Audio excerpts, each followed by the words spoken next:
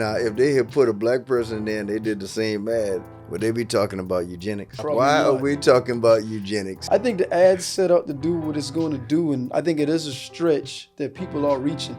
And I went and looked at the comments, and it seemed like she was getting most of the flack from women. Truth be told, America has always had a gun problem. You can support guns and not support the NRA. In America, you can't just make a town for whites. Right. If you say it's a town, anybody can move there. They're saying we got a membership. Welcome back to the Black Summit. I'm Hendrix. And I'm Brooks. And we got a guest in the house today, my boy, Leroy, a.k.a. Django Black. Nice. I like that. Django Black. For some of y'all don't know, on some of my skits, this is my brother right here who y'all have seen and had the pleasure of entertaining y'all on the Hendrix Show. If you remember when Brooks played the Virgin, he was the Virgin. And then you remember when, I was hustling eggs. That was it. And his most critically acclaimed is the peanut bomb. The peanut bomb. We don't want to offend no homeless people out there. But yeah, this is my guy, man. Tell him about yourself, man. Well, I'm 49 years old. I'm from Charleston, South Carolina. You ain't trying to get a date. I'm a Virgo.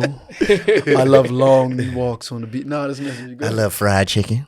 Yeah, man. But everything good with you, man? Everything good, man. I hear you, man. I saw they working hard, grinding. Grinding, man. I feel you, man. Oh, also, he's going to be in my upcoming film, too, called The Loser.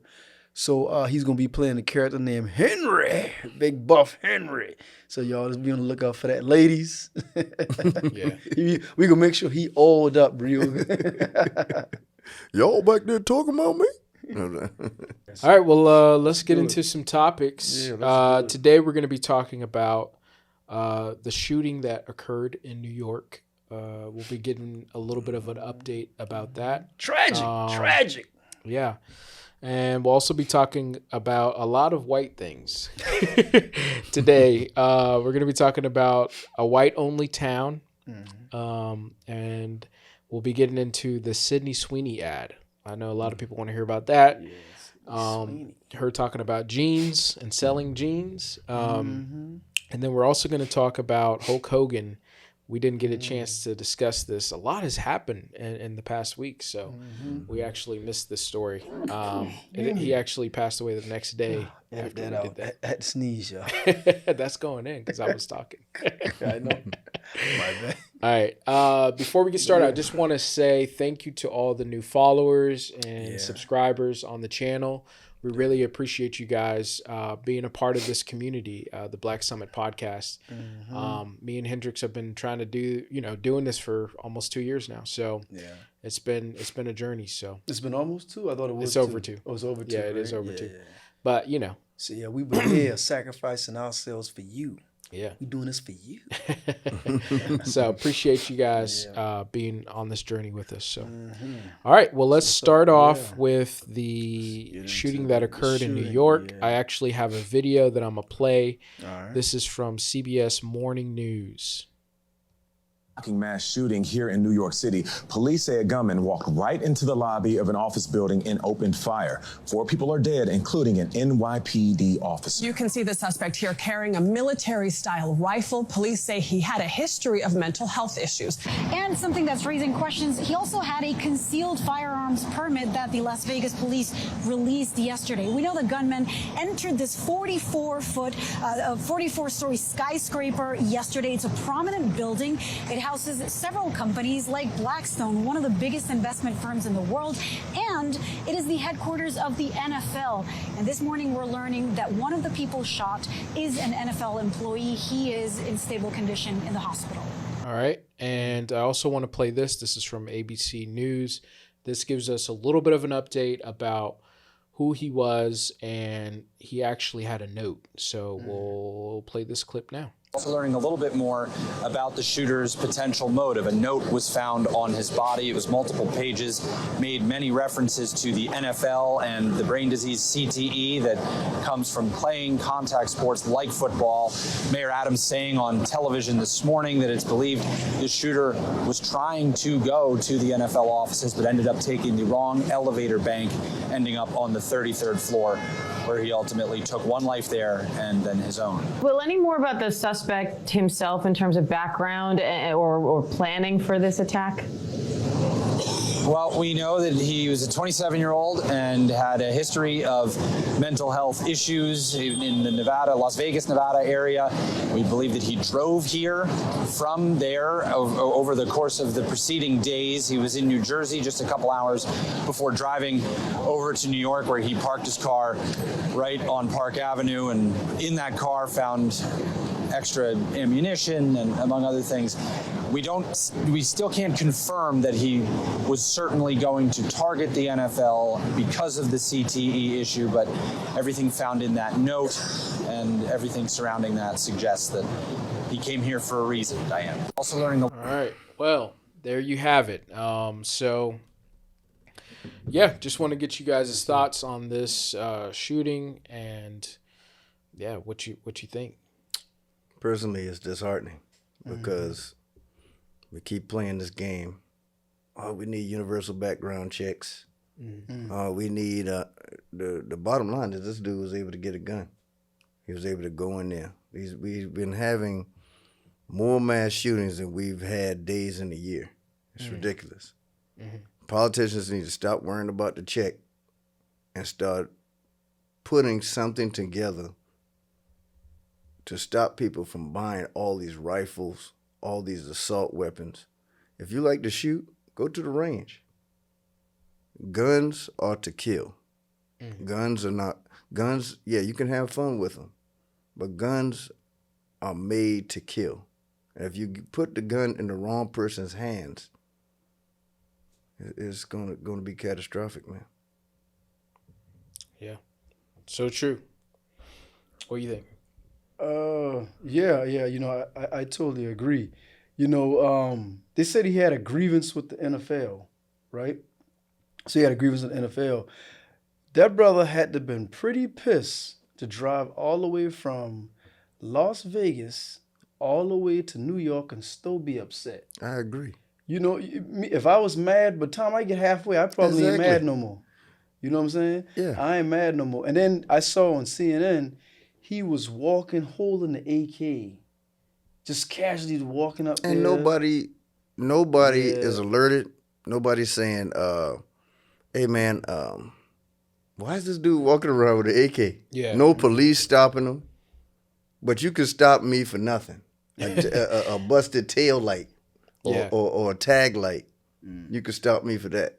But you can't stop this person walking around with an AK-47. He could have opened fire anywhere. You know. And was this guy even part of the NFL?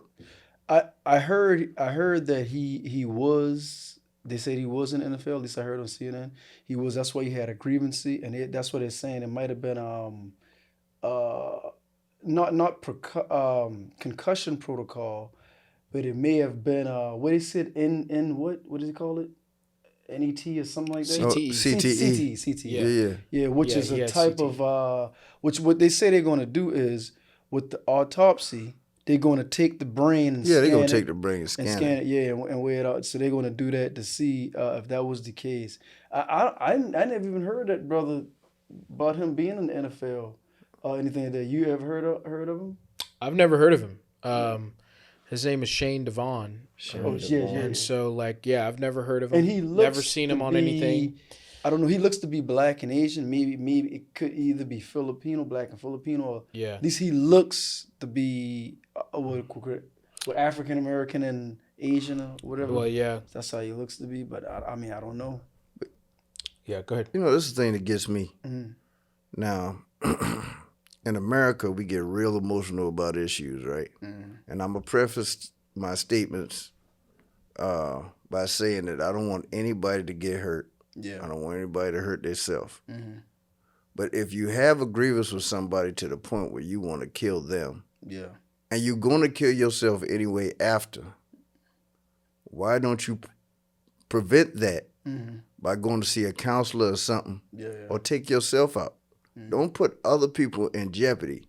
And half the time, these guys are doing these shootings on behalf of the billionaires and millionaires. Trump can go out. I hate to bring up Trump. You know, we talk about Trump all the time.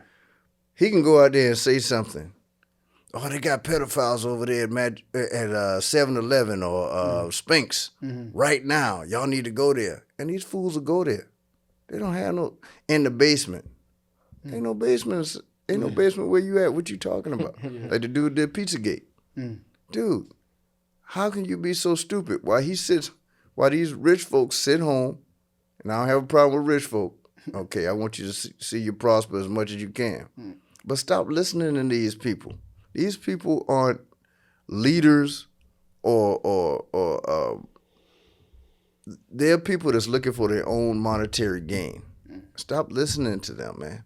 Go get help. There's people out here that's helping people every day, man. You got to cope with this stuff.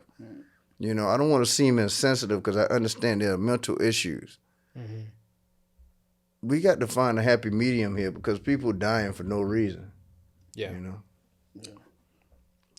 No, yeah, I agree. I mean, it's sad to see. And the thing is that, like they said, potentially he went to the wrong floor. Yeah. And so you're talking about him going and basically unaliving innocent people. Yeah. I mean, like he didn't even get to his target.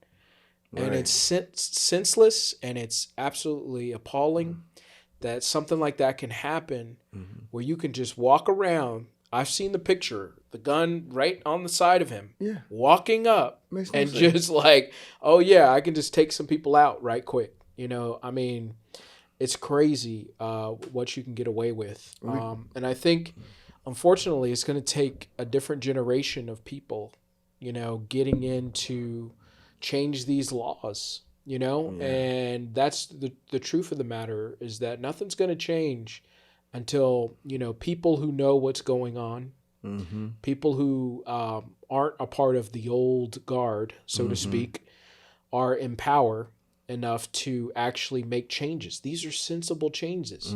You know, the Republicans like to sit there and talk about how they are the common sense, you know, party. Right. They're the common sense party. Republicans love to say that. Yeah, we know that's not true. But, you know, like this is the most common sense thing in the world. We have to have good background checks, and we also have to make sure who's getting a gun, who's getting these assault rifles. You know, you have to be vetted if you're going to get one. Right. You know, you can't just go in there and have one. So, I mean, this is the most, you know, book signed thing, book closed thing, you know, whatever you want to say. But, you know, it's still a issue. So it's the NRA, you know, Trump, I mean, we can say Republicans because right now they're in power, but truth be told, even Democrats never passed gun reform. I think Obama might have mentioned it, and then I remember there were a lot of people who were in uproar. The Republicans saying, no, he want to take your weapons. Because I remember that's what they always do. Because I remember he actually held a town hall meeting and he brought a bunch of Republicans in and some Democrats, and he would let them ask me questions about what. And they tell us that you want to take our weapons. And he said, no, that's not true.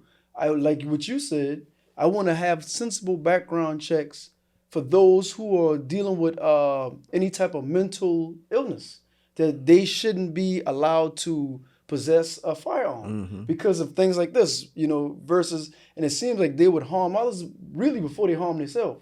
Because you know it's a suicide mission regardless, right? Yeah. But you want to take out as much people as you can before you either, you know, unalive yourself or the police do it for you. Right. You know, but yeah, NRA, there are too much money to lobbyists, the pockets deep. The NRA and the healthcare with the drug ministry. Their pockets, they pretty much really run Congress. Their pockets are too deep. The pharmaceutical companies. Yeah, that's what I mean. HMO, the pharmaceutical companies, they have the biggest, the deepest pockets with lobbyists And don't you know after mass shootings, they say gun sales go up. Yeah, they go up. They always go up. They pump that fear into the people. But this is my thing. If the government would do a buyback program, like I see those pictures of people got guns all over the yard and all on the roof of their house and all. You can't shoot but one at a time. Yeah. And they did a study. Most people can't even get their gun out when something just happens. Yeah. They you know what I'm saying? They panic. Yeah. They can't even get the gun out. They shoot themselves first before they shoot the person. Yeah.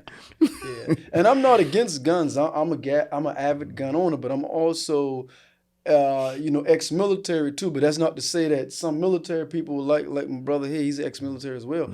And we both know some people with ex-military suffer from PTSD, and some of them shouldn't have firearms either. Right. But I still think they should have extensive background checks, for firearms. And the state of Georgia is the easiest state. As long as you're 18, you can buy a gun. They say they have gun shows. Matter of fact, we was doing a gig in Savannah, and I remember we was upstairs. It was some pyramid scheme company. Right. So during the lunch, they said, "Well, y'all can go downstairs into the open area. It's a performing arts center, down where they have the vendors at." Yeah. And so he said, "Yeah, y'all can go down there and buy a sandwich." Well, we went down there, and it was an open gun show. It was vendors doing for, So I'm sitting there looking around. I said, man, I might need another clip. I own a 380. If I can find another clip for my 380, but it was so easy. They may look at your license, see if you are of age, and that's it. You can purchase a firearm. Yeah, it's not hard to get a gun. And listen, America is free, right? And people believe in the First and Second Amendment. And a lot of people die by it, right? Yeah. But we can also say that it's common sense that if somebody has a mental issue and has stuff going on, we have to be able to come out and say, yo, you can't have a gun, bro. I'm sorry. Right. Yeah. Your privileges have been revoked. I mean, we are a free country, but at the same time, we have to protect the people's freedom. We got rules. And that's the key. We got rules. Yes, because if we didn't have rules, they wouldn't kill themselves after they kill everybody else. Yeah. We got rules. See, truth be told, America's always had a gun problem. Oh, yeah. Always. Even back to the Wild Wild West, even to slavery, Jim Crow times. This is how people held power. Because if I got a rock and you got a gun, I can't beat you. Yeah. Exactly. This has been an issue over and over. People busting churches and synagogues and mosques and everything else. Tear down whole towns, shooting everybody, killing everybody. This is a problem we've had for a long time, and nobody's done anything about it. And like Khan was talking about, every time we had one of these incidents, the checks go up for the politicians that support the NRA. Yeah. Yep. You can support guns and not support the NRA. Right. Yeah. You're right. Because even Kamala says she's a gun owner. There's plenty of politicians who's avid gun owners. I mean, there's nothing wrong with being a gun owner. But you can do it you do it responsibly. But even if you hunting in hunting seasons and you have a license to hunt, you would use a shotgun. But you really don't need an assault rifle to. You can't even eat the meat if you obliterate the meat. And it's and I have friends who own assault rifles. They showed me I'm like, dude, an assault rifle. Let's be honest, people. The reason why they do that is because a lot of them. Well, yeah, a lot of them love guns, and it's kind of like a sport for them. Yeah. There's nothing wrong but there with are that. people who believe that you need to have, and I'm kind of with them. You do need to have guns just in case government turns on you. Yeah. I mean, listen. I mean, it is a real thing that has happened. I don't want to go. I don't want to go down that rabbit hole too much. I understand you know what I mean? about. But yeah, you're right. But there's never been an instance where the government, when the government has come, like they went to schools in the 60s and they've attacked towns for whatever reason, Nobody ever had enough guns. True.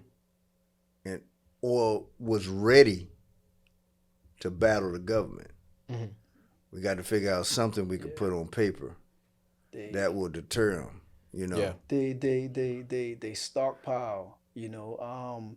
There's even been cases that have been documented in California, in Oakland, certain parts of California. People will say, we will see a train pull up open and nothing but guns in it, just stopping in the hood.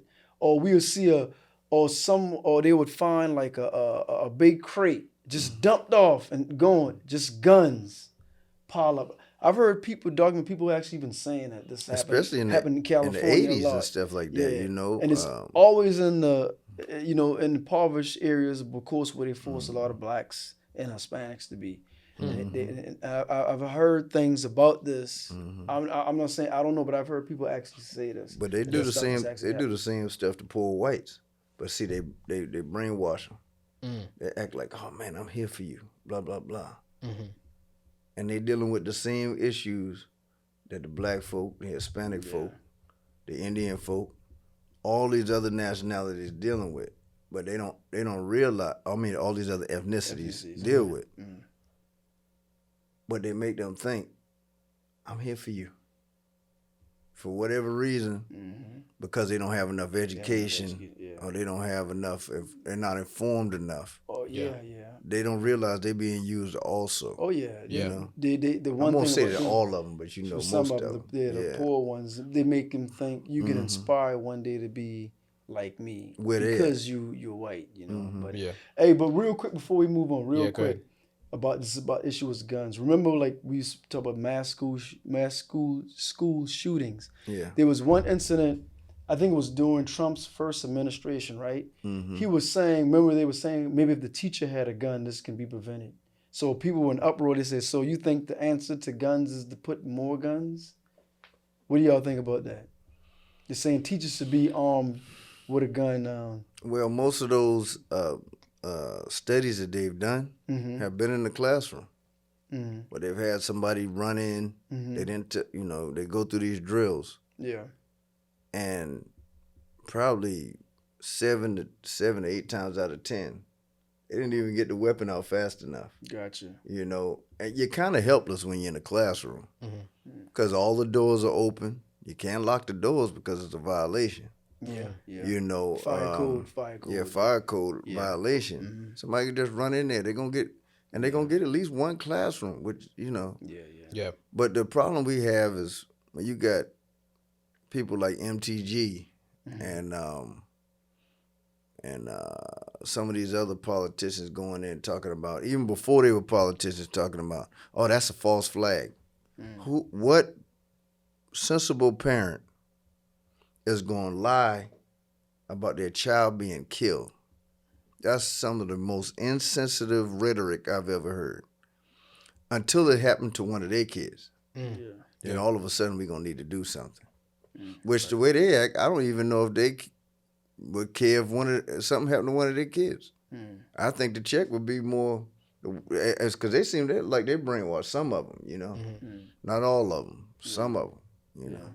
I mean, there's other ways to get money. You're already making money off of the, I'm getting too far off the subject with this, but with the pipeline to prison situation, you got people that got money invested in prisons. Yeah, it's on the stock market. You know, they have IPOs. I ain't talking about that. That's another day.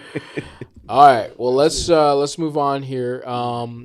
We are going to be talking about this town. There's a town somewhere where I guess the whole thing is. You know where it's located? Well, I'm about to play a video. Okay, but yeah, I mean, go ahead. Where is it located? It's in the Ozark in Arkansas. Okay, so this town in Arkansas, they have a interesting premise. I'm going to play this video. This is from NBC News. Blacks, no Jews, no gays. High up in the Ozark Hills in the state of Arkansas, dozens of people have been working hard, building houses and a new type of community. It's called Return to the Land, and it is a town open to white people only.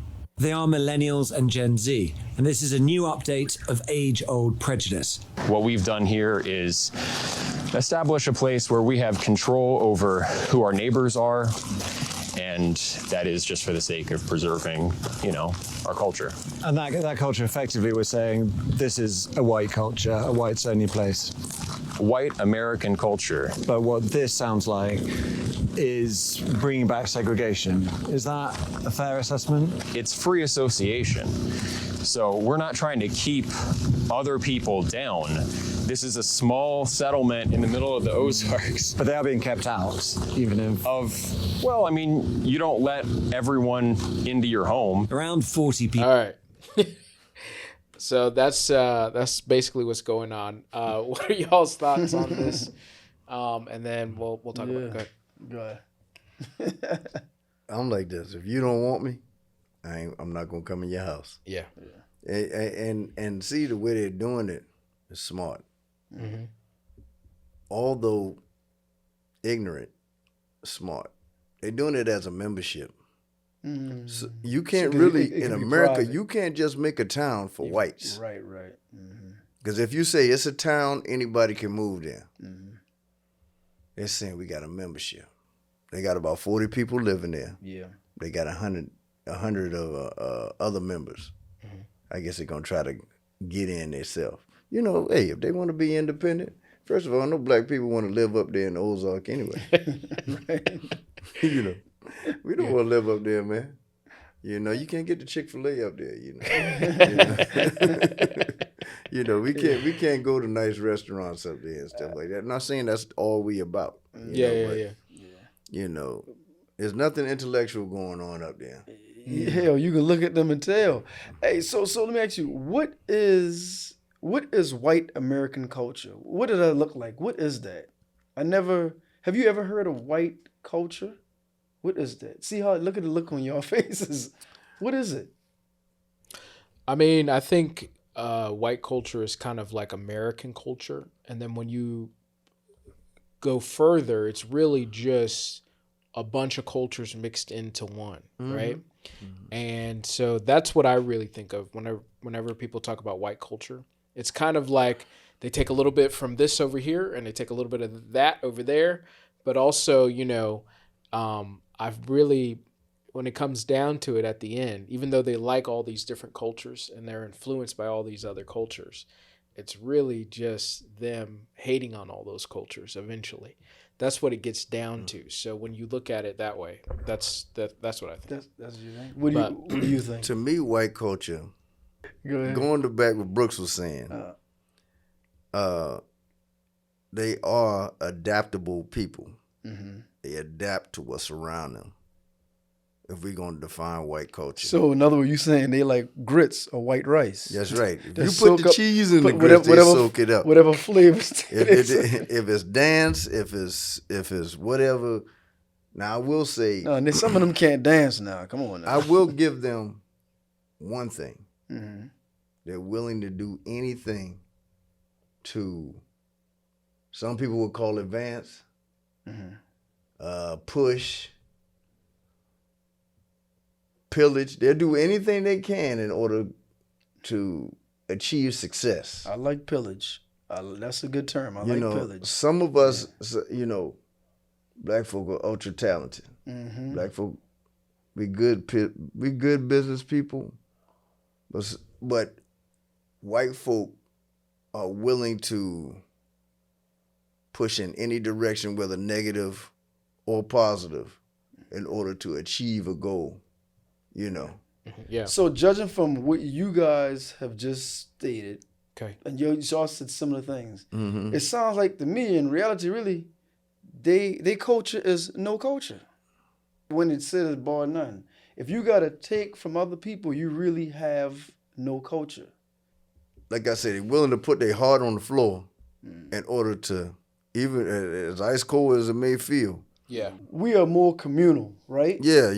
And in reality, a lot of us come from tribes. Go further, we all do tribal, Native American, so Black, Native American, Indigenous, Aboriginal, everybody is tribal. They are not really a tribal people. So they're not as communal. No. So I get exactly what you're saying. And I kind of somewhat agree with what you're saying. Far as the culture is to get it by any means. Any means necessary. It don't matter who you hurt. It don't matter who you hurt. If I got to take it from you, bro, you got to get it. That's what I'm saying. And I think I can understand that. Yeah, that is it. That's what they're doing. Let me bring it back to the community. Right. Go ahead. What do you think about the community? Them forming this white-only community in this town, which, you know, to me, when I hear this, I don't think that it's something new. Like, we've heard about the sundown towns. We've heard about all these other things, right? So what do you specifically think about them creating this town where there's no gays, no blacks, no Jews, no any of that stuff? You have to be white to live and exist in this Arkansas Ozark town. What do you think about that? Personally, I'm all for them. I wish more of them.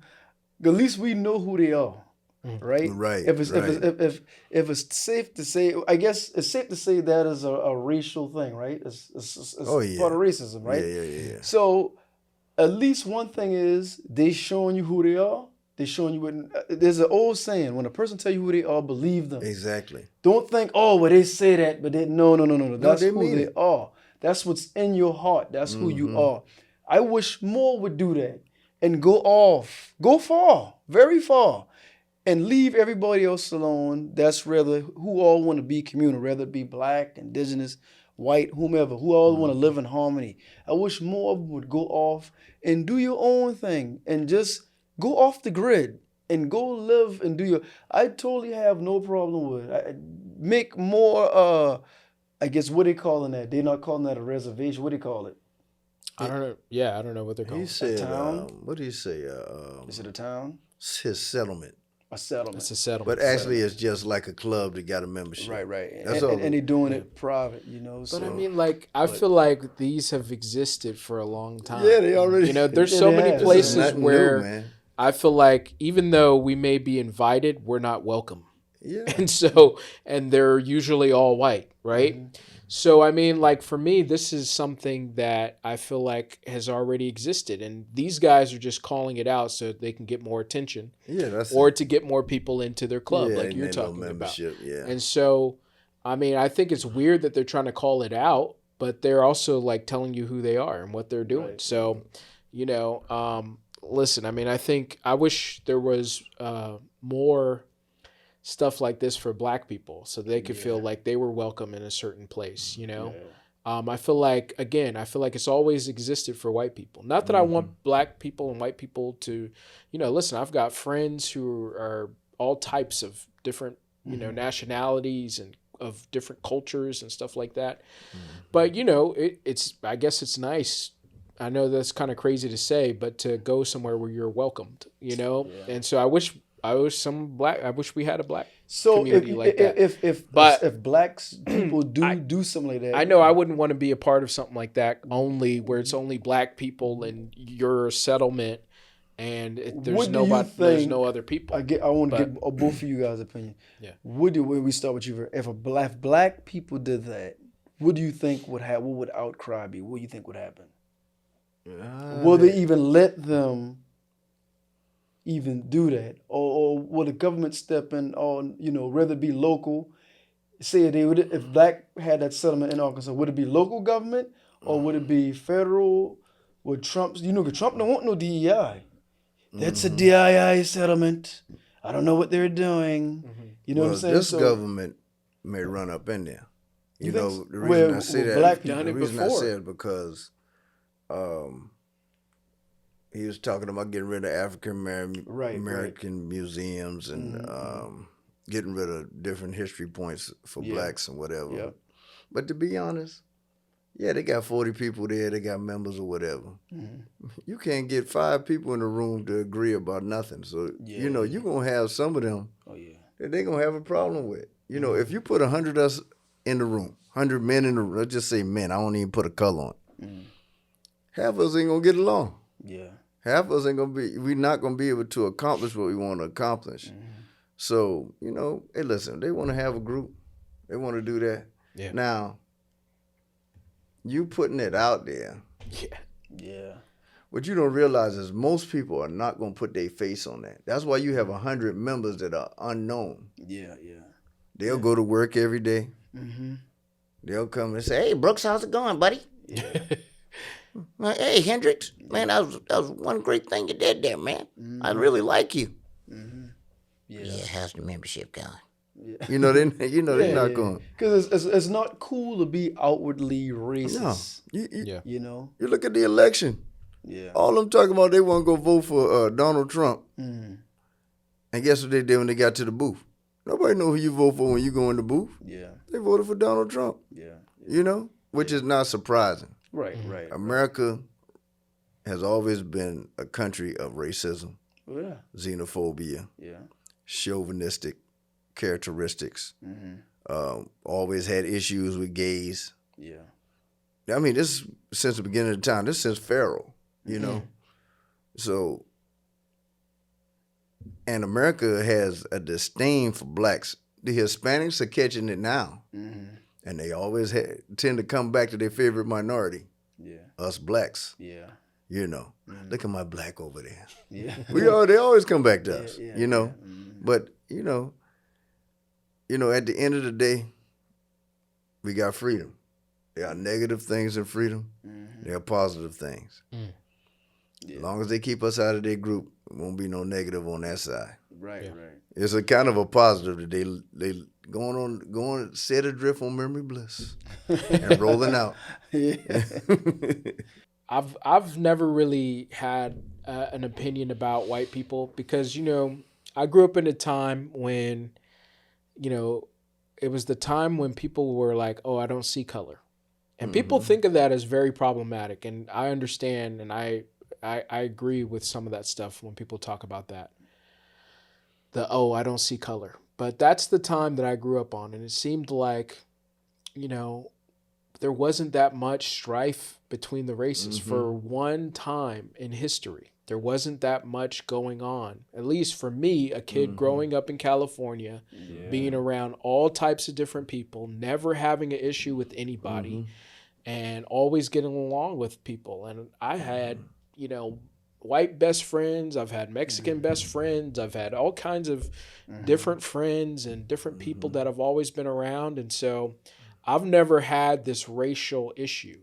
Now, I also was shielded from a lot of the history that had happened, but I feel like in the mid 2000s, we were at a good place where I feel like between the races, there wasn't as much strife going on.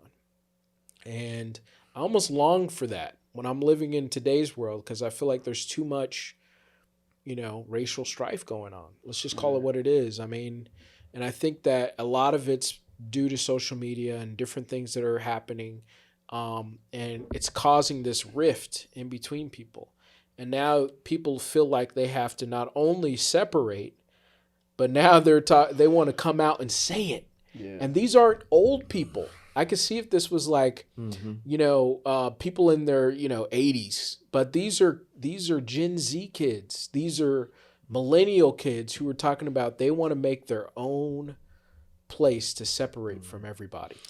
To me, that's wild. That's crazy that we've gotten to that point that we have to separate ourselves from each other. So, and it's sad to see. Go ahead. The problem is, we go again. History history repeats itself, right? And for me, I love people, man. Now I can understand when white folks say they don't see color. I understand what they're saying. They're saying, "Look, man, I don't have no barriers on who's who. I'm going by the character, so I don't vilify them for that. I don't, because somebody black could treat me just as bad as somebody white or somebody Hispanic or whatever. So." And when people say that, no matter what color they are, I understand what they're saying, when they say they don't see color. But at the same time, like I said, you're going to have racist people. You're going to have, chauvinistic people. Nothing tells me that Hillary Clinton and Kamala Harris shouldn't have been president because we had this sideshow Bob running for office. They had no credentials. Has always been a horrible businessman and everything else. But he said all the things that people wanted to say behind closed doors. And with him going on these podcasts, now his strategy was he had a great strategy. Let me go on these podcasts all these young people listen to. It's going to preserve whiteness. Do you understand that you're in all the power positions? He doesn't need to preserve whiteness. You worrying about, we're going to be the minority. But what you don't understand is that the minorities are not connected. All minorities are segregated. We don't work together. We barely work together inside our own group. You know, now I'll preface my, I should have prefaced my statement by saying we do have people who work together in different realms, but we don't go to, we don't go to churches anymore. We don't have guys with money getting together and say, hey, let's do this, this, and this. Some of them do stuff individually. I won't say they don't do anything, but we're not getting together. We're not really coming up with solutions. We're having meetings and saying, well, as a people, we need to blah, blah, blah, blah, blah. Without no action, there is nothing that can come to fruition. So we have to look at more solution-based stuff. So we don't have issues like this. Issues with people, you got to get your own town, really. It's not a problem to me. Yeah. You can get your own town because the people I deal with, because I keep a positive attitude, I don't really have a whole problem with people being negative towards me. Now, I know they may be being negative because of my positive attitude repels their negativity. It don't even bother me, you know? Yeah. I mean, I like being around people too, man. To be honest with you, and I like being around people who actually different. They look different, their culture different. Yeah. I don't know. I just think that's a cool and a very unique thing. Rather, even if it's another black person, where you from? You from California? What's the vibe like there? You from New York? Maine, You meet a black person. Where you from? Oh, I'm from Portland. Dang, what's it like in Portland? You know what I'm saying? Or a white person from Idaho. Like I was in the Army with white people from Montana. Never saw another black person in their life until they came in the military. So Native Americans, Asians. One of my best friends is an Asian Filipino dude. So I like meeting people from different backgrounds and different cultures. To me, that it just broadens my horizon, and even if I can't get to the Philippines. Man, what's it like? You know what I'm saying? Then one day I may go, hey man, my buddy told me about this, about that. Right. He told me to try pancit or adobo, So yeah, I like meeting people, not just but just people around, from different backgrounds and different cultures. So I don't judge people for their skin color. Nah, you can't. Yeah. So well, bro, with me being a preacher's son, I can't see me acting that way with people. I love to make people laugh and have fun. I love my guys, you know what I'm saying? Yeah. You, Brooks, all my people, man. I love being around them and joking around, having a good time. So yeah, man. We love all people. So it's a shame that they feel like they have to split off. But speaking of preserving whiteness, we're gonna get to our next story. The American Eagle Company came out with a very, very controversial ad featuring one of the movie stars up and coming in the world, Sydney Sweeney. And basically a lot of people are saying that this ad is very eugenics and has a lot of weird stuff going on in it when she's talking about genes. So I want to play this ad with Sydney Sweeney and then we'll talk about it a little bit. My body's composition is determined by my genes. Hey, eyes up here. Sydney Sweeney has very genes. So they're making a play on, the ad is about genes, and they're making a play about genes, like, your genetic makeup. Yeah. So that's what they're trying to say. And so they're saying that a blue-eyed, blonde woman, saying this is kind of a weird thing to do. Now, a lot of people have brought up, Calvin Klein made an ad years ago with Brooke Shields when she was only 14. and she was doing a very similar thing where she's putting on jeans and she's talking about jeans, but they're making a play on her putting on these jeans. And so Sydney Sweeney also has come out and said something basically saying that this wasn't the intent of the ad to kind of be a eugenics type of an ad. And so, I just want to get you guys' thoughts on that. You said Brooke Shields was 14? Yeah, she was only, so Brooke Shields, she was only 14 when she made this ad.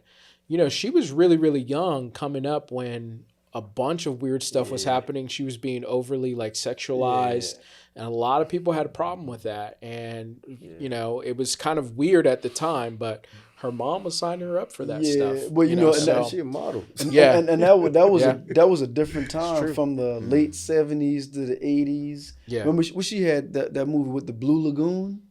Remember that? Was that Brooke Shields? I think she had a movie called The Blue Lagoon. You're probably right.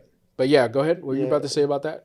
But Blue Lagoon? Blue Lagoon. And I think they were two kids, they were stranded or something like that. I was surprised you don't remember that. I think it was called The Blue Lagoon. I don't remember, bro. And then later on, I don't know how to see it. I think it was Brooke. It wasn't.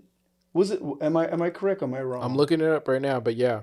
She was you probably were. Continue. What were you the going to say Lagoon, about it, right? And I remember towards the end, her and the guy, I guess they were teenagers. Yeah, it is Brooke Shields. And eventually, after a while, they showed them they had a kid. Okay. Eventually had a kid, and they was real young then. But that's a different time and a different era where you could get away with a little bit more, things. That, it wasn't no Me Too but movement it doesn't make time. it right. No.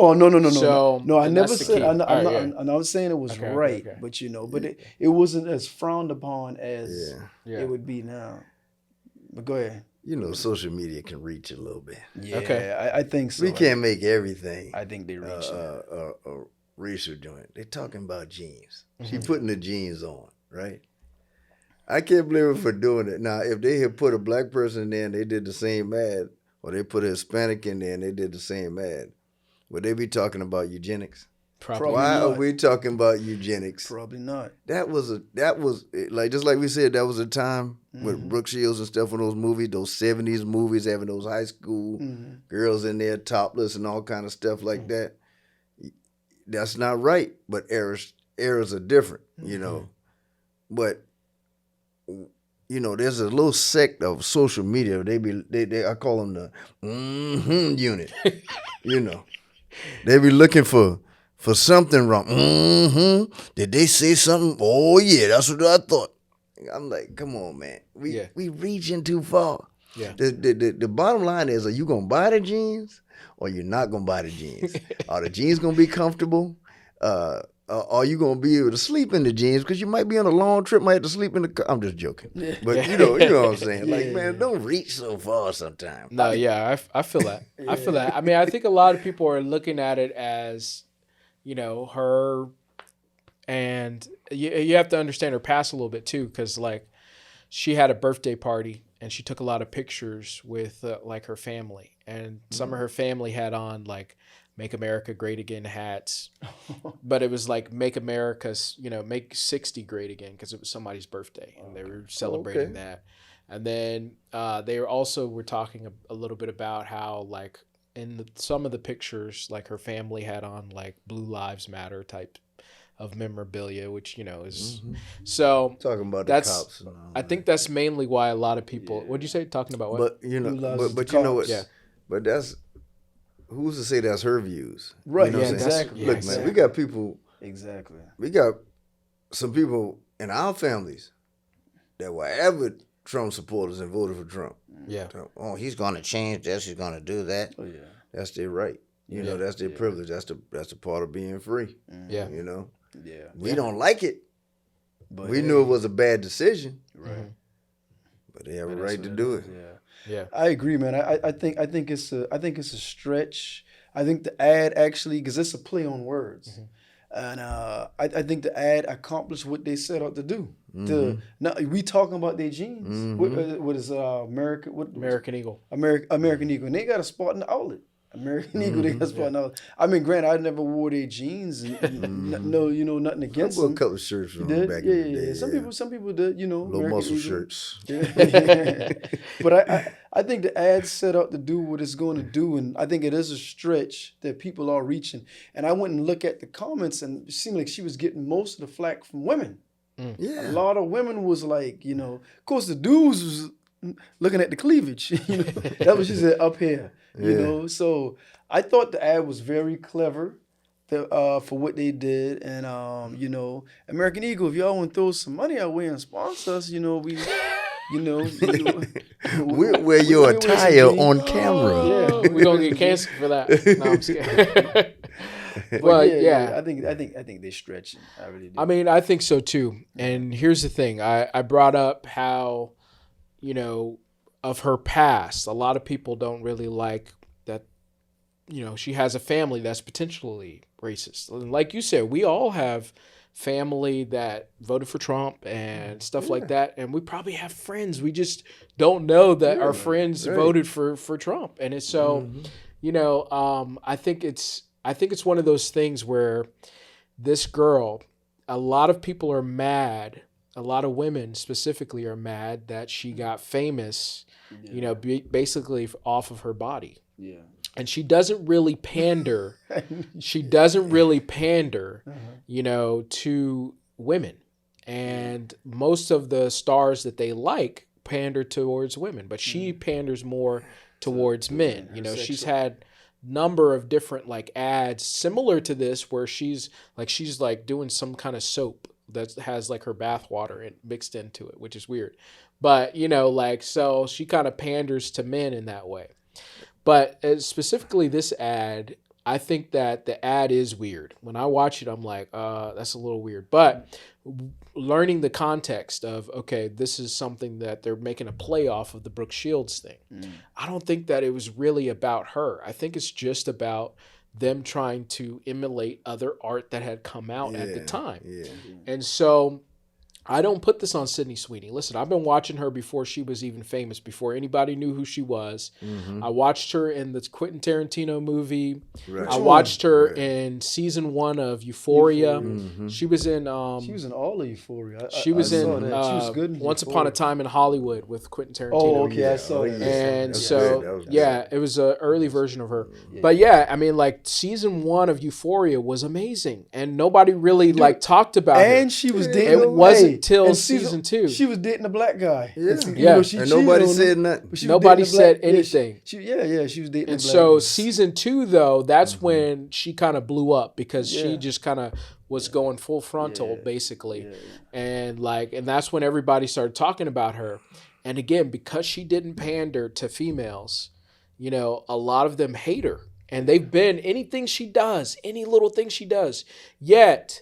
We're okay with this woman positivity, body positivity when these rappers are coming out and say what they're saying. We're okay with, we're okay with these OF stars coming out and doing all what they're doing. 400 pounders out there talking about a body positive. Oh, she's a good one, girl. But see, they're shaking their ass. They're doing whatever. Right. They're showing it all off. But, the second that Sydney Sweeney gets up there, they have a big problem with her doing that. Yeah, go ahead. They're mad at her because of innuendo and jealousy. It's the Caitlin Clark effect. Now, you got, she's supposed to cater to the men. That's how she going to make the money. Right. Y'all cater to the men. Y'all go to the club, get sweaty, stink, go home with the man, everything else. Or you string him along, he give you food, he give you gifts and everything. You are doing the same thing. So why are you angry with her? And she probably ain't even, she might have had 1-2 boyfriends maybe, Yeah. Why are you angry with her? Improve yourself. I'm not saying you're going to be a star. Be better at your church. Be better at your job. Be better as a person. Be better with your kids. Be better with your kids' father. And I say the same thing for fathers too, but we on the woman right now. Yeah. I mean, just be a better person yourself. Don't stop vilifying people for trying to be something, Yeah. Women, a lot of times women say they stand and they stand in support of other women. A lot of times, women will tell you other women are their biggest haters. Yeah. You know, and I'm not saying they don't support one another, but sometimes they are their biggest hater. And at the end of the day, I don't care whatever you're doing from from later times, mid times to now, sex always sells. It sells. It's a talent to be pretty. Will always sell. You know why? Because no matter how much you want to turn up your nose, we are sexual beings by nature. That's how we procreate. Sex will always say. Now, granted, some of us may act out of order. You know what I mean? Right. Or you know, being malicious with a woman, which a man shouldn't do that, or vice versa. A woman being malicious with a man sexually. We shouldn't do that. But at the end of the day, that's just how we are programmed. That's how we are wired. We are sexual beings by nature. Sex will always sell. And I think the ad actually accomplished, I guarantee you. Oh, yeah, the stocks. Yeah. And just like it's unfortunate how this this weapon assault happened, this guy took it, and how we said gun sales will go up. They're going up. These American Eagle jeans sales will go up too. Oh yeah, the stocks have soared since this ad has happened. So American Eagle is definitely making money off of this ad. Yeah. So no doubt about it. And companies got to make money. You got to make in money. America, in a capitalistic society, Yep, they gonna make money. I don't care what you do. They've been attacking Target. Sorry, they've been attacking Target forever. I like the tunes. But anyway, you know, they've been attacking Target forever. Guess what Target's still doing? Making money. Exactly. They're still making money. All those companies that came out and said, we getting rid of our DEI, they still making money. We still buying this stuff. Yep. You know, we always talking about, we're going to shut them down by talking. We ain't going to shut them down by talking. Because you know what? You still going to want to eat a banana. You still going to want to eat an apple. They're going to have a pack of chicken at the right price. They're going to have some cereal you want to eat. You know? Yeah. You know, we need to start loosening up some. Stop being so uptight, man, because that's why people doing mass shootings. They think every moment is catastrophic. Oh my God, I gotta do something. Yeah. You can't do that, man. You're gonna go out there and do just something stupid. Yeah. You know? Yeah. So. Yep. Well, so I want to move on. This Trump Epstein thing is heating up. Trump has been he's been going overseas, and he got stopped in Scotland, and a reporter had an interesting question for him about the Epstein case, basically saying, hey, what's going on with that? You know, Americans have always, you know, we've been on him the whole entire time because he's trying to lie and say that he didn't have any involvement with him. But Trump had this soundbite when a reporter in Scotland talked to him about it. The island, and Bill Clinton went there supposedly 28 times. I never went to the island, but Larry Summers, I hear, went there. He was the head of Harvard. And many other people that are very big people. Nobody ever talks about them. I never had the privilege of going to his island, and I did turn it down, but a lot of people in Palm Beach were invited to his island. In one of my very good moments, I turned it down. I didn't want to go to his island. Yeah, the way I never went to the... All right, so what do you guys think of that? You want me to go first? Yeah, you go first. Go ahead, bro. All right. So I know they were talking about one time, just look at the playing manifest, right? So, I mean... let's just say allegedly. We don't know what transpired or what didn't transpire. Epstein, if you saw the documentary, he wasn't only having young girls at the island. He was still having them at his house in Florida. Exactly. You don't have to go to the island to get down with young girls. And there's accounts and some documentation that's saying that Trump did party with Epstein. And I recently saw something where a young lady said that Epstein took her when it was in New York, the Trump office, and all of a sudden he started fondling her in front of him and just grabbing on her and things like that. Then Epstein didn't say anything, then wait until they leave, then said, why'd you let him touch you like this? He got all upset with her and got mad. And I guess she was just like so taken back, like, I just can't believe this dude is doing this, like in shock or whatever. You know, but then at the same time, is she lying or is she telling the truth? We honestly don't know. But we do know Trump has also said, hey, I do these pageants. I'm the controller of the pageants. I can go back there, see them, they naked, grab them. I want to inspect. My name was on the bill and I'm making sure. So he has alluded to saying pretty much that he's a pervert. So maybe there's some merit to what she is actually saying, right?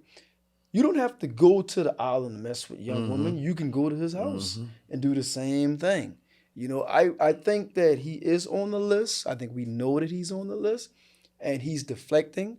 Then they try to come out and say, Obama and Biden wrote up something about the list. But when he first came in office, he's claiming we are going to show everything from the JFK files to the MLK files and the list. Distractions. At that time, he thought he wasn't on it. Now it comes out that he is on it, so now he's deflecting. I want to correct you on that, just real quick. So if you listen to a lot of his sound bites, he never really says that he's going to release it.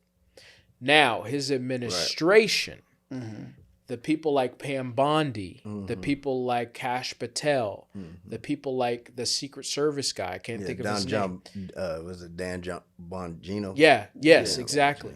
Bongino. So all of those people were saying, we're going to release it. But whenever they asked him about it, he was always like, oh, well, I don't know. We'll have to see if we're going to release it.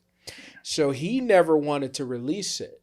So that means he knows something. He does. He knows that he's on the list. And he knows he's on the list. And I think that the key is that, he's looking at what's going on, and you saw Prince. I can't remember what his name, but the Prince. Yes, the Prince who got caught. Yeah. At Epstein's place. To your point. In like New York or somewhere. Yeah. And, he basically got shunned right away from, the Royals and all of that stuff. Yeah. So, it was a whole thing. So, I mean, I think ultimately, he didn't really say it. Okay. So, but go ahead. What were you going to say? What you got? This is what we know about Trump. These are the facts.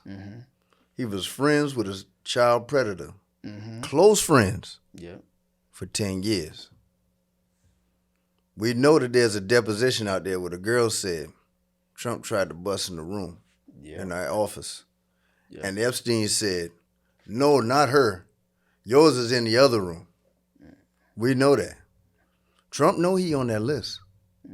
But he has such followers, sycophants, that love him so much as if he's a god, that they don't want it to come out and tell the truth. See, you can look at a manifest.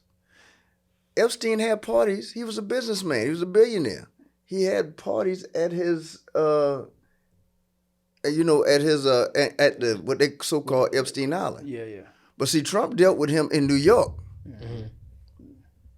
He loved young girls. Has talked about his daughter as if he would date his daughter. Trump know that he's an alleged child molester. He is an alleged predator.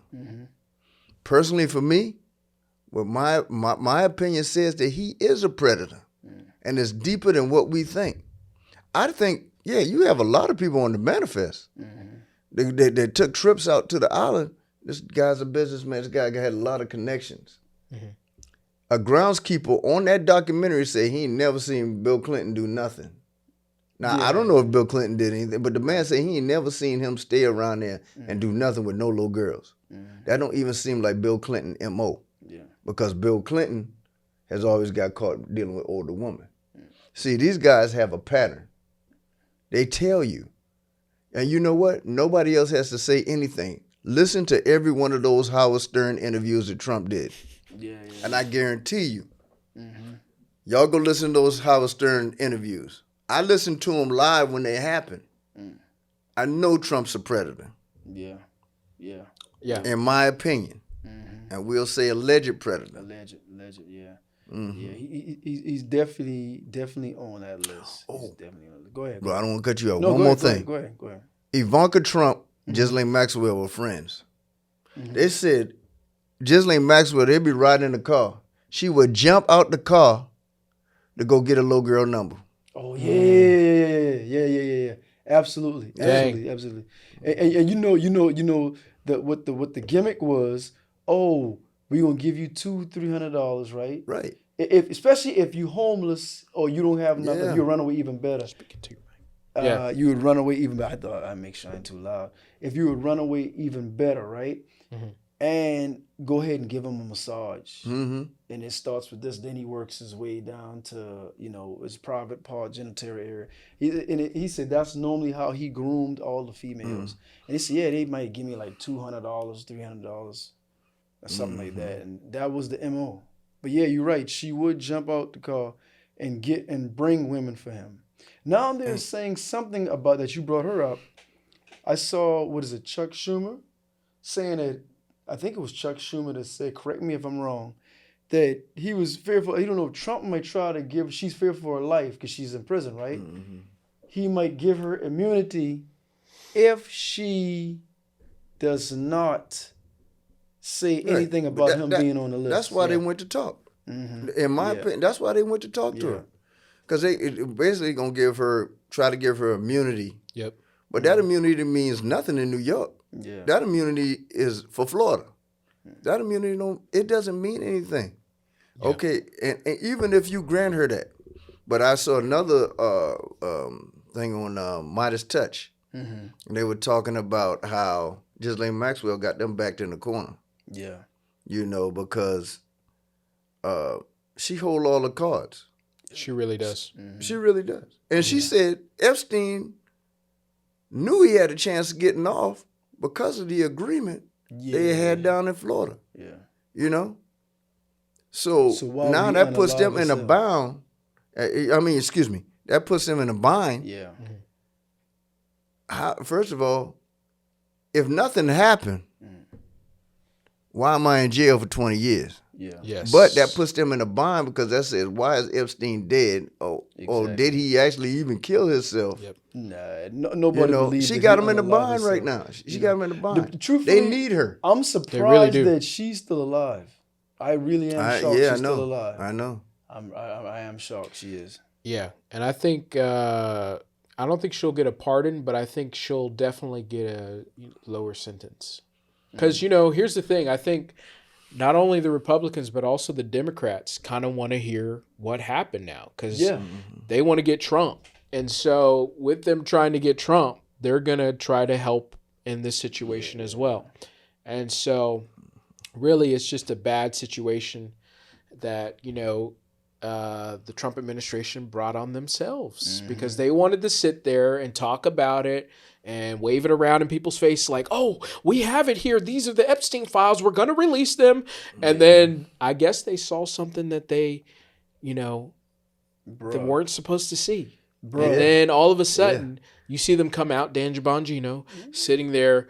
I would tell you guys if I saw something. And it's like, bro, right. Bro, I'm going to tell you how. Come on, man. What's the House Speaker?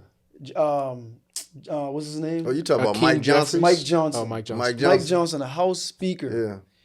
He gave them 2 weeks off so they could not vote on releasing the Epstein file. They know he guilty. Trump base all these things are done by design, right? I'm going to stack the Supreme Court. Right. I got the House and I got the Senate. I don't have to be bipartisan. I can do what I want to do. My cabinet is not qualified, but I'm going to still bring them in to surround me. Right. You know what I'm saying? That's literally like in the mafia family structure, right? You have, let's say if we three at the head of the table, you may have not even a lieutenant, but you may have a maid person around you, right? Then another maid person, they're gonna have a lieutenant, and the lieutenant is over the capos on the street. That's almost how he has his structure, set up to some degree, So they're gonna protect them by any means. Now Bondi's trying to say, first she said she had the list on her desk. She was looking now, what list? There's no list. Well, see, Trump, what he ran on the first time. Was being ultra racist. Because he had just had a jigaboo in office. Excuse my French. So he figured, man, I got to racist it up. Yeah. But see, this time, he had to start throwing a bunch of outlandish stuff. You know, my daddy always told me, you find a person who run their mouth a lot, they got stuff to hide. Yeah. Not only they got stuff to hide, they're gonna say something they don't mean to say. Because they're always talking. He kept talking. Then he brought up them Epstein files. See, God got a mysterious way of working where he'll make you trip your own self up. And right now, he's tripping over his feet, about to hit his face on the curb. Yeah. He can't escape it. Yeah. He don't know what to do. Yeah. And you know what's crazy? His own judges stopping him from doing some of the stuff he want to do. Yeah. The judges he thought had his back. Now, on the Supreme Court, they got the majority. They got Uncle Clarence. They got Kavanaugh. Yeah. What's the other lady? They got Alito. Yeah. And they got, what's that lady name? Amy Coney Barrett. She just passed the ball. You know? Barely passed the ball, and he put her on the Supreme Court. Yeah. So he only got two Democrats. You got Ketanji on there. Yeah, 2 Democrats and everybody else is 12. So it's what, 2 Democrats and there's 10 Republicans. Let me say Judge Ketanji to be respectful. I don't know. It's like that. I don't think it's like that. How many Democrats on? No. There's They got more than 2. There's more than 2. Yeah, there's more than 2. Because they got what's the Sotomayor? Oh, okay. Yeah, Sotomayor on there. So what is it, 4? I know they got the majority. Yeah, they got the majority. I think it's maybe 6-4. And they even said, I don't know exactly. Regardless of who's in office, they said Clarence Thomas never vote on nothing. Yeah, he just was a damn oxygen thief. He didn't vote on nothing. But he spoke up when time to take those gifts. Yeah. And he voted against he voted against the DEI stuff too. They said, "Aren't you here by DEI?" Yeah. He's a clown too. But anyway, all right, we got to get on to Hulk Hogan. This will be our last subject, and then we got skedaddle. Hulk Hogan passed away the other day. I just want to play this clip real quick. Hogan has died at age 71. The wrestling legend was reportedly carried into an ambulance on a stretcher after medics were dispatched to his Florida home early Thursday morning. 911 operators stated he was suffering from cardiac arrest. Several weeks ago, Hogan's wife Sky denied rumors he was in a coma. This is a developing story. Follow Daily Mail for updates. Hulk Hogan has died. So there you go. A lot of people have talked about his controversial past. Yeah. Him saying the N-word, him also saying that he didn't want his daughter messing around with any black people. Yeah. What do you guys think of Hulk Hogan and him passing away? He got a complicated legacy. Yeah. You know, listen. He was able to expand on somebody else's identity. Superstar Billy Graham is his whole persona. Now, he took it to another level. Not only that, Superstar Billy Graham presented his same persona to Vince McMahon Sr. He said, nah, I don't know if I want to do that, blah, blah, blah. So Hulk Hogan coming in the wings, Terry Eugene Bollea. So coming in the wings and gave that man his whole persona. Billy Graham died penniless. Destructed, man. He destructed his whole life, man. Got on drugs and everything, man. Now, he got on drugs himself, but he got it because he was depressed. He gave this man the whole blueprint. The man took the blueprint and put it on Hulk Hogan. That's the complication in his legacy. Now, he's from Florida, right? Is he from Florida? I'm not sure. I know he lived in Miami or somewhere in Florida or something like that. Yeah. Well, I think, any man over, say maybe 55, 50, 55, 60. Yeah, they probably not say a nigga one time, white person. Yeah, they got some bigotry, some powerful bigotry. Listen, wrestling is a great sport. I've never been a Hulk Hogan fan. Hulk Hogan turned against Jesse Ventura. Jesse Ventura tried to get a union together to help the wrestlers, man, get some health care and everything else. He went and told Vince McMahon Jr. Got Jesse Ventura ousted. That was supposed to be his friend. This is a man who's bragged about sleeping with his best friend's wife. He bragged about it, So his legacy is complicated because he's elevated wrestling. He's played hero, he's played heel. He's played great American hero. Yeah. And then he was also a bum to his friends. He treated his people bad, you know. So his legacy is complicated, but nevertheless, he was great at what he did. And rest in peace to him and condolences to his family. Yeah. I said, definitely condolences to his family. You know, I regardless, I never really wished death upon nobody, but it could come a time that everybody gonna meet their maker. Right. Age, one thing you can't outrun age. Mm-mm. You know, that eventually going to catch up to everybody. Like you said, he accomplished what he did in the wrestling business. Mm-hmm. But I think that with the racial things he did, that outweighs what you accomplish now. You know, that's if you think about it, that's what most people are talking about now. The racial stuff he did. You know, and he was a good entertainer.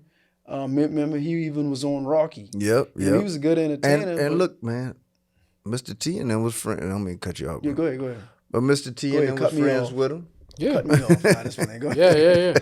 Mr. T and them was friends with him, and I'm sure he was a pleasurable dude to be around. Yeah. But you know, at the same time, he has this other stuff. I also think people can be two people at the same time. Yeah. You know, Yeah. I could be cool to hang out with at the bar, Mm-hmm. but I could be a piece of crap behind your back. You know, You had plenty of white people. They say that they'll have drinks with you and laugh and crack jokes, but they say, I won't invite him to my house. He ain't coming to my house, and if he do come, he better come through the back door. He coming to pick up something and leave. You know, you have plenty of people like that now. Yeah, I see what you're saying, but you know, I listen. Hulk Hogan might have been a pleasurable, like I said, a pleasurable dude to be around. Maybe. Yeah. But you know, when it come to business and stuff like that, he was bad. He wasn't no good, man. Shrewd businessman. I mean, Jesse Ventura, probably one of the most positive people I ever heard. You know, he speaks truth to power. Mm-hmm. Yeah. You know, he come from around that area. And didn't Hulk Hogan campaign for Donald Trump too? Yeah, he did. Yeah. I mean, it's not surprising. Well, yeah, that's definitely not surprising. And then just because a person campaigned for Donald Trump, you know, I'll say in the words of the great late Charlie Murphy, he said that on stand-up one time, he said, "I'm not saying every Donald Trump supporter is racist, but Donald Trump supporters are racist." Right. You know what I'm saying? Yeah. Right. I know So yeah. But you know, I don't have a problem with people. And it might sound crazy, with people going with what feels comfortable to them. Yeah. It wasn't surprising. It was a shock to people that Obama became president, even for black folk. But it was the right timing. Mm-hmm. The backlash, I'm not surprised about, because America's done this before. Yeah. You know? It felt awkward to them. How do we let this black man become president? Yeah. Trump came at the right time. He ran at the right time. Right after George W. He couldn't beat Biden. Yeah. It was easy to beat women. It was easy to beat two women. Yeah. Because America is a chauvinist society. Very. And they weren't going to let no woman be president, unfortunately. And I voted for both of them women. I'll say it. I did, I too. voted for both of them. I did. No, I didn't vote for... Well, yeah, I voted for Hillary when she ran Don't lie. Come on now. Well, she ran against Trump, but not against Obama. At the end of the day, America going to be... We are behind so far, man. There's been other countries that have had women presidents. It's one in... plenty of times. You know? What country? There's a woman president now in Asia? Mexico. Mexico. Yeah. Yeah, we got a right now. woman president in Mexico. For some reason, we believe that women are more emotional than us, right? That's something we put out there, that women are more emotional. But every time we get emotional, we go to war. Every time we get emotional, we in our feelings, we can't talk to people, we can't negotiate with people. I think it all balances out, you know? It's the yin and the yang? It's the yin and the yang, man. You know, but I think a woman could be president. Me personally, I wouldn't have a problem with women leadership. You know, AOC 2028. I'm right with you. Come on now. I see Bernie pumping her up right now. I know. But you know what? I don't think the Democratic Party ain't gonna get behind her.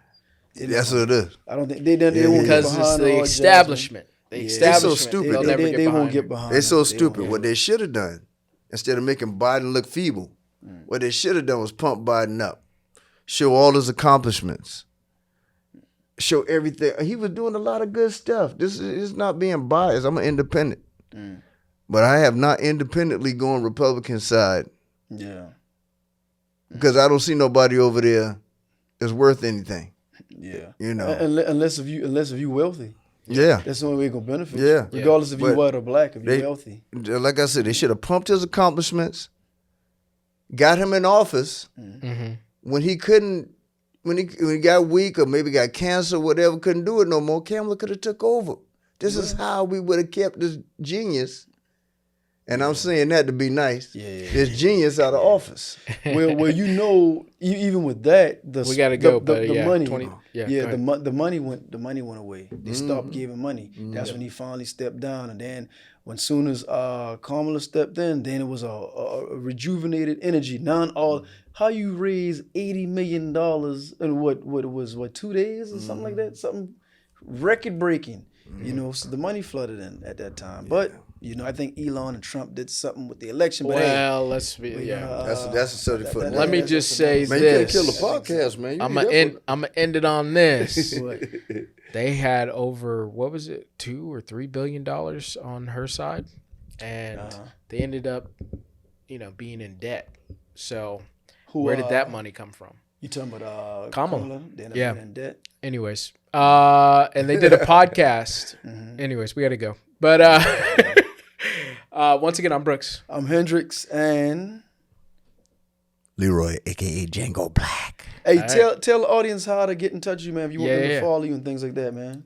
You can follow me at the real Django Black 1 on Instagram. I don't remember my Facebook profile. What about your TikTok? My TikTok is something TikTok. I don't even know. I'll put it in the description. But if you see me walking down the street, yeah, come over and try to meet me. There you go. I'm just playing. Yo, and y'all watch out. He'll be in my next film. Y'all pray for me. He'll be in my next film. All right, yo, this has been the Black Summit. I'm Hendrix. I'm Brooks. And we are out. Peace. Peace. Peace.